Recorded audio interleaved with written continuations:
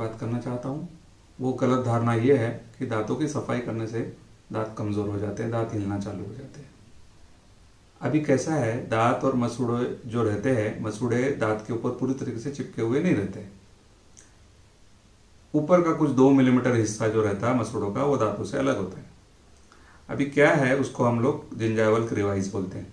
कैसा होता है, गंदगी जो जमा होती है दांतों के बीच में, शुरुआत वो उसी भाग से चालू होता है जहां हमारा ब्रश नहीं पहुंचता।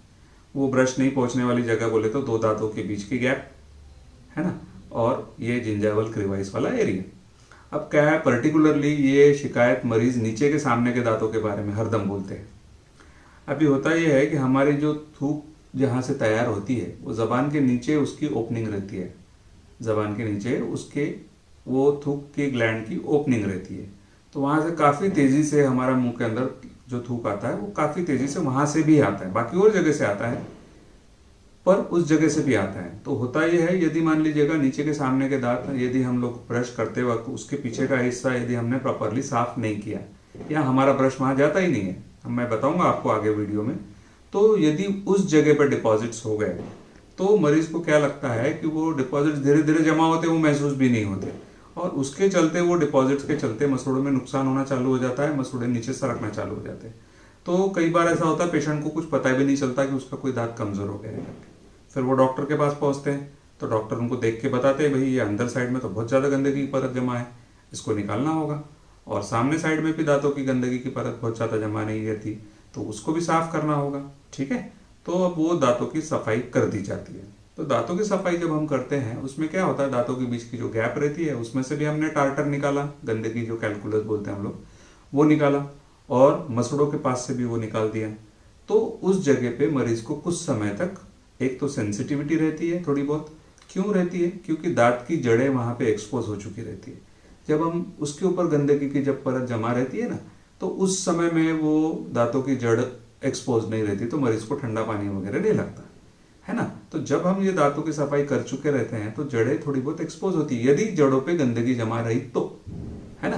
तो इस कंडीशन में मरीज को ये लगता है कि दांतों की सफाई करने के बाद मुझे सेंसिटिविटी हुई। ठीक है, दूसरी कंडीशन ये है, जैसे दांतों के बीच की गैप्स मैंने बताया आपको, उसमें गंदगी की परत जमा होती है, तो वो जब साफ पूरी हो जाती है तो मरीज को लगता है मेरे दांतों में, दांतों की सफाई करने की वजह से मेरे दांतों में गैप्स बन गई है। तो ये भी एक गलत धारणा है। तीसरी इंपॉर्टेंट बात, कई बार क्या होता है, मसूड़े इतने नीचे सरके हुए रहते हैं कि ये जो गंदगी की सीमेंट जैसी मोटी परत रहती है, वो आजू बाजू के दांतों पे बहुत मजबूती से चिपकी हुई होती है। तो कई बार वो सीमेंट जैसी गंदगी की परत दांतों को पकड़ के रखने का काम करती है। अब नेचुरली अगर दांतों को मतलब दांतों के ऊपर ये गंदगी की परत पकड़ बनाए हैं, तो जब हम दांतों की गंदगी की परत हटाएंगे तो दांत मरीज को कमजोर होना महसूस होंगे। पर जब तक हम ये दांतों की गंदगी की परत नहीं हटाते, तब तक मसूड़ों को आराम नहीं होता, और जो एरिया है, जिस एरिया में मसूड़ों की प्रॉब्लम होना चालू हुई है, वो उसकी जख्म नहीं बढ़ती। तो सबसे पहले अपने ध्यान से निकालिएगा, और हरदम आप अपने डेंटल सर्जन को पूछिएगा कि मैं दांत साफ करने आया हूं या मैं आई हूं दांत साफ करने के लिए। ये करने के बाद क्या मेरे दांतों में सेंसिटिविटी रहने वाली है, क्या मुझे गैप लगने वाली है, क्या मुझे दांत हिलते हुए महसूस होने वाले। तो आपके डॉक्टर आपको जरूर बताएंगे कि ये गलत धारणा है। और कई बार क्या होता है, इस धारणा की वजह से मरीज दांत साफ करने आते ही नहीं है ना। जबकि हमारे जो एक्सपर्ट डॉक्टर्स रहते हैं, पेरोडोंटिस्ट हम लोग बोलते हैं उनको, उनका रिकमेंडेशन ये है कि दांत की 6 महीने में एक बार प्रोफेशनली क्लीनिंग होना चाहिए, है ना। क्योंकि हमारा ब्रश करने का तरीका इतना प्रॉपर नहीं रहता कि हम उस जगह की गंदगी साफ कर सकें।